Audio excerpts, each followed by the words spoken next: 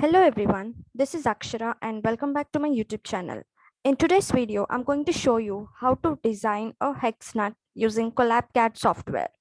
So basically CollabCAD is a software which is developed by the government of India for the purpose of creating amazing 3D objects and 3D models. So today we are going to make a hex nut using that software. So in order to make that object, first you need to install the CollabCAD software in your device. For that purpose, go to Google and search for CollabCAD. So then click on the first link, which is CollabCAD, Collaborative CAD software. So after that, you have to register here. Means you need to create an account. You need to give the information it asks, like your name, mail ID, and all that. So after you register, your account will be created, and then you have to log in. So for the login, you have to enter the verification code, which is being shown there. Then this screen will open with your name here. For example, hi, Sai Akshara Vemuri. So like that, it means if you see your name here, that means that your account was successfully created and you log in. After that, at the right side, you can see this option, download CollabCAD. So once you click on the download CollabCAD link, you can easily download the CollabCAD software into your device. So that's how you can download that software. So after you download that software, you can directly see the icon of CollabCAD on your desktop screen. On the screen of your device, you can see that icon.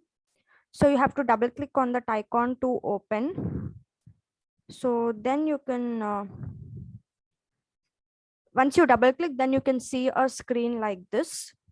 So just maximize that screen. And in the left side, you can see an option called new. New in the sense, it helps us to create a new project. So you have to name the design. We can name it as hex nut. Okay, once you name it as hex nut, you can click on this tick mark. So the project will be created. We need to wait. Yeah. So this is the screen we get once we save our design. Okay, so the first step you have to do is that go to view. Here you have various options here: file, edit, view, basic, curve, surfaces, solids, constraints, and all of these things. So but first, today I'm going to explain you step by step how to make a hex nut.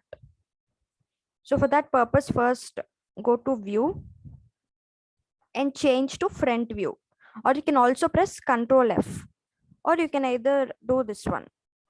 So you have to go to front view.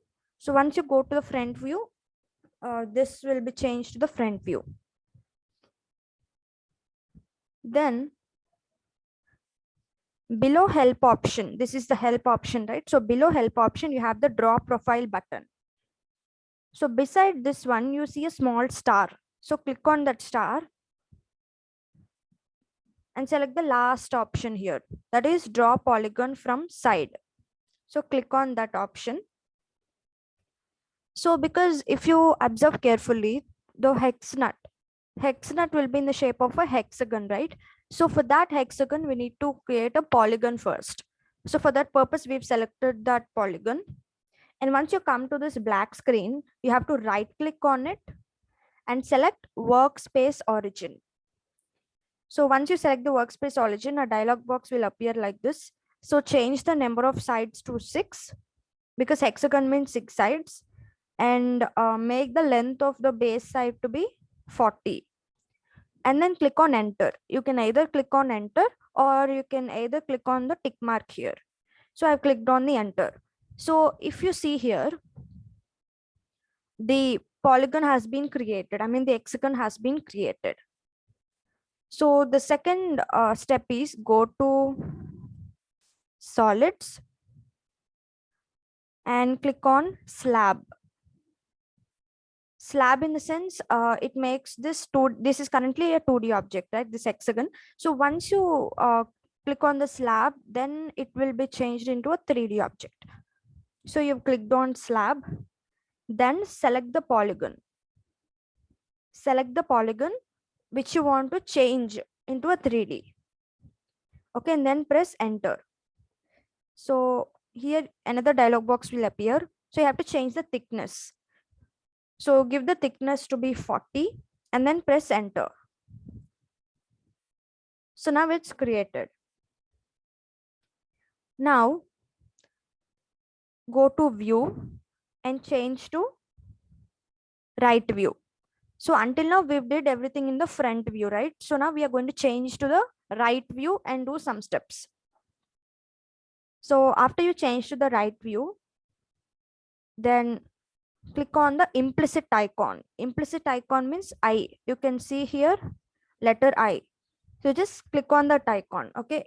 The implicit icon is useful. The advantage or the necessity of implicit icon is that it helps you to select the points. That is a function of implicit icon. So just enable the implicit icon. Once you enable the implicit icon, so here dimensions option is there, right? Just below dimensions, you can see an option called as point.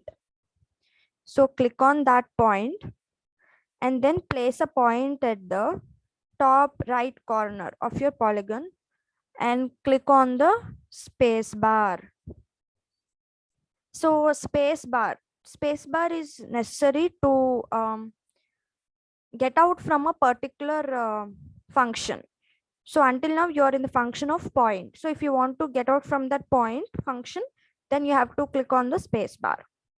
So once you click on the space bar, then the point will be created there. Okay. Then select the remaining polygon. So once you select the remaining polygon, it turns to white, and then right click. So once you right click, you will get a lot of options here. Then select the blank or unblank option.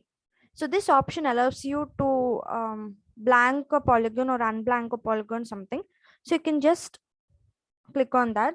So see the previous lines, all what you can see is now blank. You can't see them, right? So you can see only the point. Okay. So now the next step is below dimensions, you have an option called line here. Okay, line. So here you can see a star mark again. Click on that star mark and go to the last option, which is draw a line parallel to orthogonal axis. So click on that last option. Okay. Now click on the point which was created earlier. So you've created this point, right? Click on that point. First, you have to create a line to the left hand side. But for that purpose, you have to turn off the implicit and drag it to the left. After you drag it to the left, you have to press Shift T simultaneously. So once you press Shift T, you'll get a dialog box here which asks us to enter the length of the line. So make the length of the line to be 5 and press enter. So a line of 5 units has been created there. In the similar manner, make a line downwards also. So for that, turn on the implicit option, then again go to that line, this one, and click on the point, drag it downwards, then turn off the implicit option and press Shift T and make the length to be 5 again and click on enter. So see, both the lines have been created perpendicular to each other. Okay, now go to basics. Here you have an option called basics.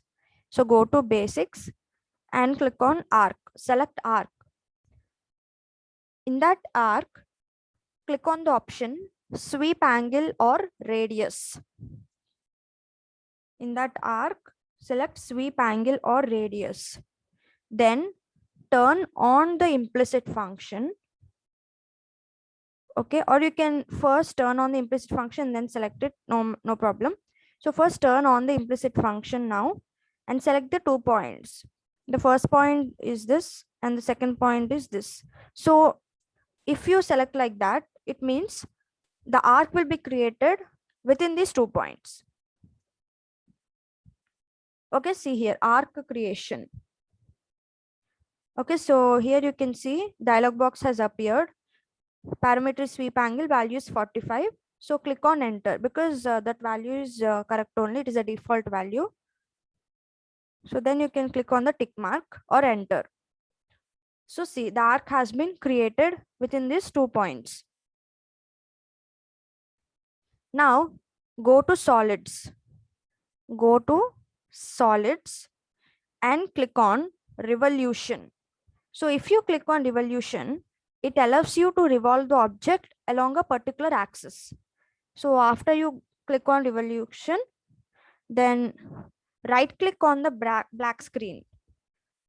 Right click on the black screen, then select local x-axis. If you select local x-axis, it means that the object will revolve along the local x-axis. So after click on the local x-axis, now select all the 3 closed curves and press enter. All the 3 closed curves in the sense this one, and this one. All the 3 curves you select and press enter. Then another dialog box will appear which asks you for a start angle and end angle. So the start angle will be 0 only and the end angle will be 360. So it is the default value which is correct.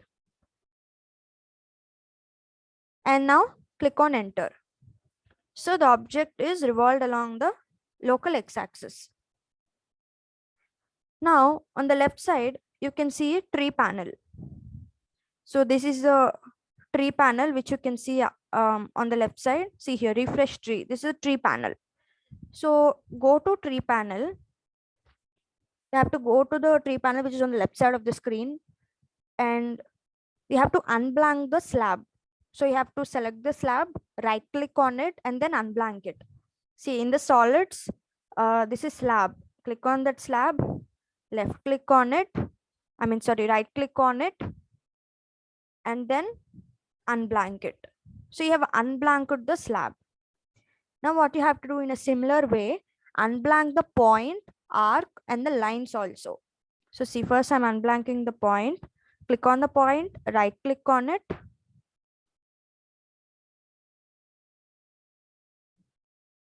So click on the point, right click on it. Just a second. Sometimes if it gets stuck, you have to go to the black screen and just press the space bar. Or first you can unblank the arcs. Click on arc, right click on it, unblank it. Click on the line, right click on it, unblank it. Again, click on this line, right click on it, unblank it. Now go to the point, click on it, right click on it, unblank it. Blank or unblank. So you have to select that option, blank or unblank. So see, all the point, all the lines are gone here now. So we've blanked them. Okay, now go to edit. So here you can see the edit here. Then go to copy and mirror, which means that it will copy a particular object and it will create the mirror image of that object. So you have to go to copy and mirror and then select local YZ plane and select the local YZ plane. Now select the revolution solid. Select the revolution solid. What is the revolution solid here? This is the revolution solid which you want to revolve. So select the revolution solid and press enter. So after you press enter, you have to select a reference point. Based on that reference point, the object will get mirrored. So the reference point is this one. Okay, it is a point which is at the middle of the top line. This is the top line and at the middle of the top line is a reference point. So once you click on that reference point, see, the object got copied and it got mirrored. It will get mirrored like this. Now you can go to this is a facets and edges option, which you can see here. This is a facets and edges option. So you can click on that facets and edges option to shade the figure. If you want to see a shaded version of the figure, you can go to that option. Okay, we can see that later. Now we can go to the isometric view. Click on view and go to the isometric view. Isometric view means you'll get the complete view of the object from all the sides and all the angles. Now go to solids. Now go to solids and select Boolean. Then select the difference option. See here, go to Boolean. Now select the difference option. After select the difference option, then select the slab first and then the other two circles and press enter. So select the slab first. See, this is the slab first and then the other two circles. This is circle, this is the circle, and press enter. So now we can get like this. So you can press F11 to restore the view. Yeah. If you want to go back to the original view, you can press F11. Now go to solids again. Go to solids again and click on features. Then select whole. Click on features and then select whole because we need to make a hole there. So then select the face, which then appears as a plus sign, and click on enter. So if you see here, we will observe something as a into sign or plus sign, or you can call it as. Then click on that plus sign and press enter. Then it will ask you some parameters. So make the hole type as through all. Through all means completely it will make a hole. And make the radius to be 25 and click on enter. Now again click on this icon. Click on this plus icon or into icon, whatever you can call, and see the hole has been created now. Now go to solids. Go to solids and click on the chamfer option. The chamfer, and in that chamfer select edge equal distance. Select the edge equal distance. Okay, after you select the edge equal distance, then select both the edges of the hole, which is the top and bottom, and then click on enter. So the top and bottom both you have to select. See, this is the top, this is the bottom, and press enter. Then it will ask for a distance.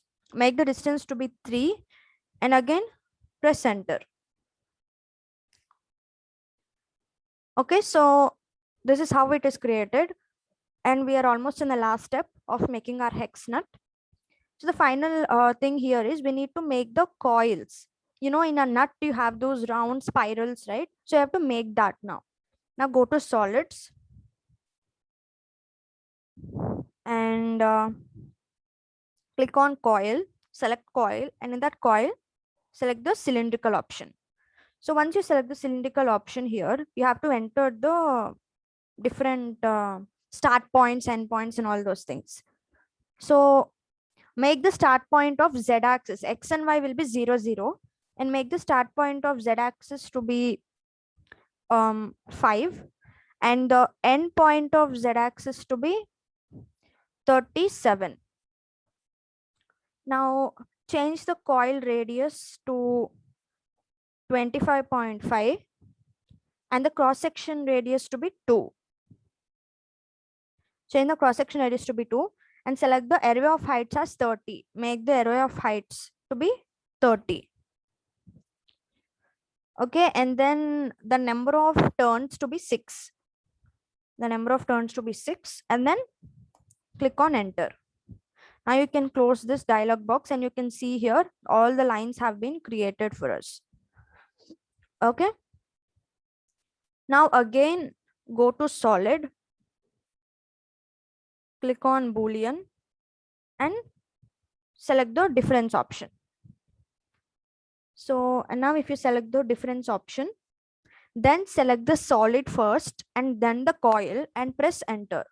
So first select the solid, then select the coil and press enter.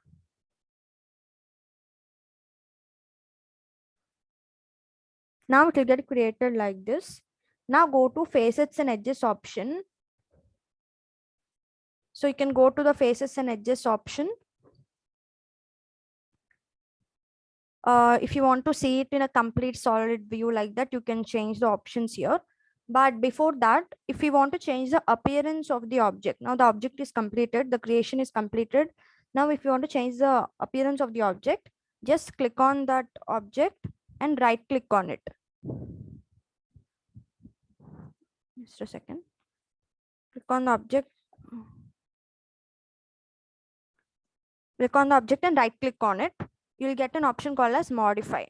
So in that modify option, you can modify the object in whatever way you like. For example, if you want to change the color, so change the color to some silver or gray and click on OK. Then you can change the appearance to metal, or still you have many options. You can change the appearance to bronze, brass, silver, gold, ruby, sapphire. And if you scroll down, you'll get still many options. So I've chosen metal and then I've pressed OK.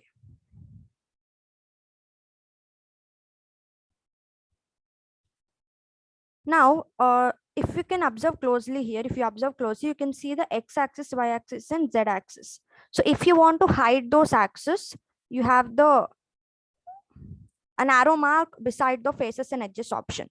So just click on that arrow mark and go to the general here, the general settings, and axis display to be none, and click on enter.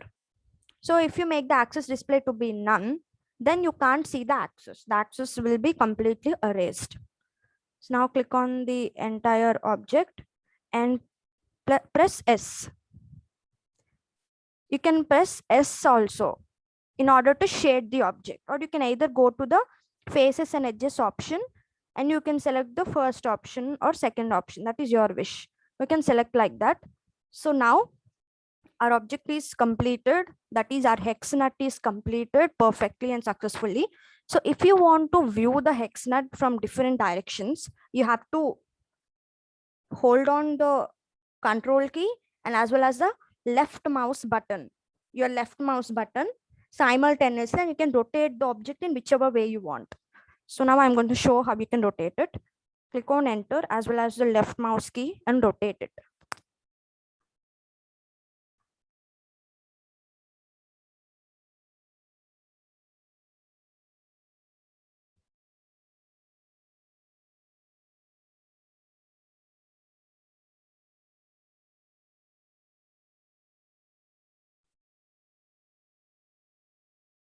Yeah, so that is how you can rotate your object in whichever directions you want. So we've successfully created a hex nut using CollabCAD software. So thank you all for watching this video. Do like, share, comment, and subscribe to my channel. Thank you.